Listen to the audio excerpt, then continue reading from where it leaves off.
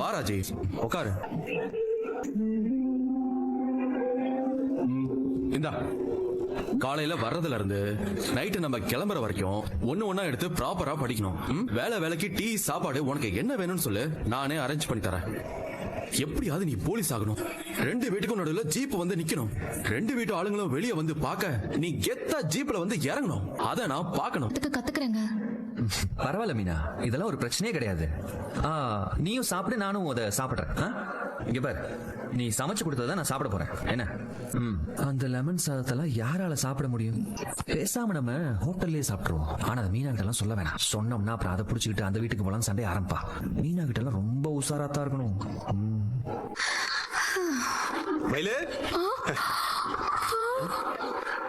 என்னம்மா யாரையோ பாக்குற மாதிரி பாக்குற? நான் அப்பாமா. அது தெரியுதுப்பா. இப்ப எதுக்கு இங்க வந்தீங்க? என்னம்மா வேலைக்கு தான், வேற எதுக்குமா வருவாங்க? நீங்க வேலைக்கெல்லாம் வர வேணாம், முதல்ல கிளம்புங்க. ஏன் மயிலு, எதுக்கு நான் வேலைக்கு வரக்கூடாது? அப்படியே எதுவும் தெரியாத மாதிரி நடிக்காதீங்கப்பா. இருக்கிற பிரச்சனையே என்னால சமாளிக்க முடியல. பாத்து போங்க சரிங்க. இல்லை என்னடா செஞ்சுக்கிறீங்க நீ? ஏடா அடுத்து எங்க வச்சு சண்டை போடலாம்டா ஐயா யோசிக்கிறீங்க? ஏன்டா நீ கட்டின பொண்டாட்டி கூட நல்லபடியா வாழ தெரியாதவங்களுக்கு எதுக்குடா கல்யாணம்? இப்படி பாட்டவே ஆரம்பத்துல கல்யாணம் வேணாம்னு சொல்லிருக்கேன் கூட. கல்யாணம்